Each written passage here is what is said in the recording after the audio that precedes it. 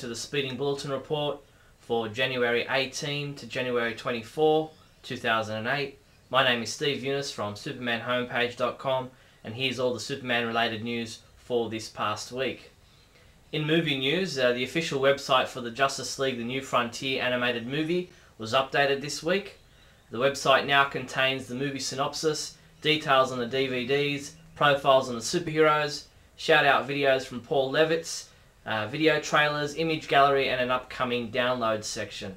Check it out at www.jlnewfrontier.com. Australia's Sunday Times newspaper reported that Megan Gale confirmed her casting as Wonder Woman in the upcoming but now postponed Justice League movie, while the Australian government denied that issues concerning tax breaks had anything to do with the JLA movie being postponed, saying that as far as they're concerned, the writer's strike that is, was the only reason that the production on the movie was stopped. And that's all the movie news for this week.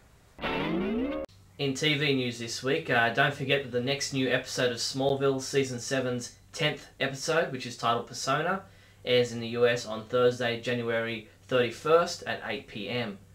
Meanwhile, the CW released 11 images of Black Canary, who will be appearing in Siren, the 11th episode of Smallville Season 7, which is scheduled to air on February 7th. TV Guide's Ask Osiello revealed spoilers regarding the Siren episode, telling us that Green Arrow proves himself to be quite the skillful thief, while Lana steals a few minutes with Clark and finally tells him the truth about Lionel, about the woman who died, and about everything.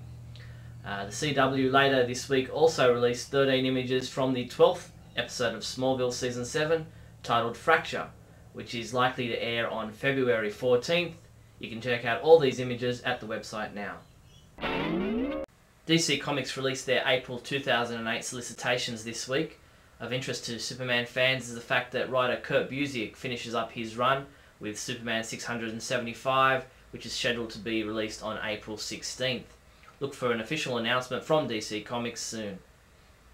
Having interviewed artist John Byrne about his run on JLA Classified, ComicCon.com's The Pulse sat down with writer Roger Stern to get his take on what he has in store for the Justice League. Read the interview at their website now. Superman-related comic books we reviewed this week were, and there were only 3 of them, Justice League of America number 17 was reviewed by Michael Bailey, who gave the Sanctuary Part 1 story a 5 out of 5, and the Meanwhile Back in the Kitchen story a rating of 4 out of 5. Neal Bailey reviewed Countdown to Final Crisis 15, saying, "If this is Countdown pulling together, continue to count me out." He gave it a 1 out of 5. And lastly, Legion of Superheroes in the 31st Century number 10 was given a 4 out of 5 by Adam DeChannel, who said, "A beautiful character story developing the relationship of our 2 favourite Legionnaires." For Superman comics shipping this week, January 23rd, 2008, there's Countdown to Final Crisis 14, JLA Classified number 51, Superman Batman number 45, Superman Confidential number 11, Teen Titans number 55, and JLA The Hypothetical Woman trade paperback. At the Superman homepage this week, reviewer James Lance continues reviewing story arcs from the 1940s Superman radio series. You can check out his review of the White Plague saga, which sees Clark and Jimmy mixed up amongst superstitious loggers up north. Speaking of our retro reviews, Jeffrey Taylor continues reviewing episodes from the Superman the Animated series, this time checking out the first episode from Season 2 titled Blast from the Past Part 1, in which Superman decides to release Marla, a Kryptonian criminal from the Phantom Zone.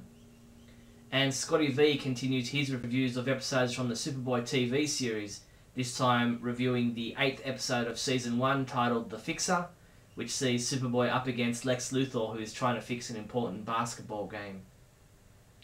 Thanks to a friend of the Superman homepage, we have more magazine covers and other items, some dating back more than 20 years, showing various ways Superman has been used in the mass media. Check out the complete collection at the website now. And that's all the Superman news for the week, January 18th to January 24th. Before I go, just a quick reminder that you've still got time to enter into our all-new Super Friends Hour DVD contest. So visit the website before February 29th to get your entry in. I'm Steve Younis from supermanhomepage.com. See you next week.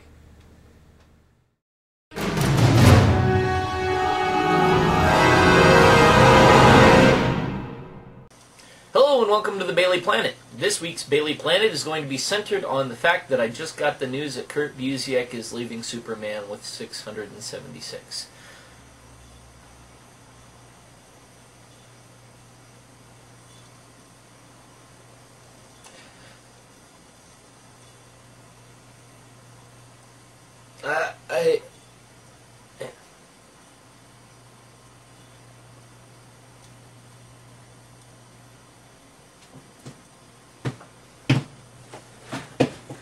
Yes!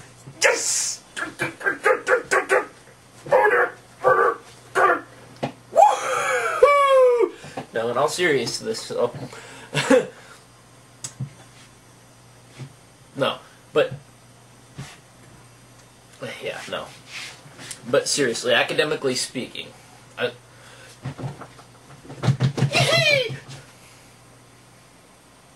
no, I really do wish him well, and I know he's probably going to be doing Superman, Batman, and Wonder Woman for a weekly, at least if the scuttlebutt is correct on the internet. But, yeah, I've been through a lot of runs on Superman in the last 8 years, reviewing them, and I've been in a lot of really bad runs from the time I started reading in 1990, and it just didn't please me very much compared to everything else that I've read. My reviews pretty much state my opinion on that, but I think it's a very good move. I don't know if it was forced. I don't know if he's leaving willingly, if he's leaving happily. I don't really care, and I don't really care to speculate. All I know is that it's going to, unless they put, like, say, boy, I don't know, James Patterson on the book, make my life easier and better. And so, yeah.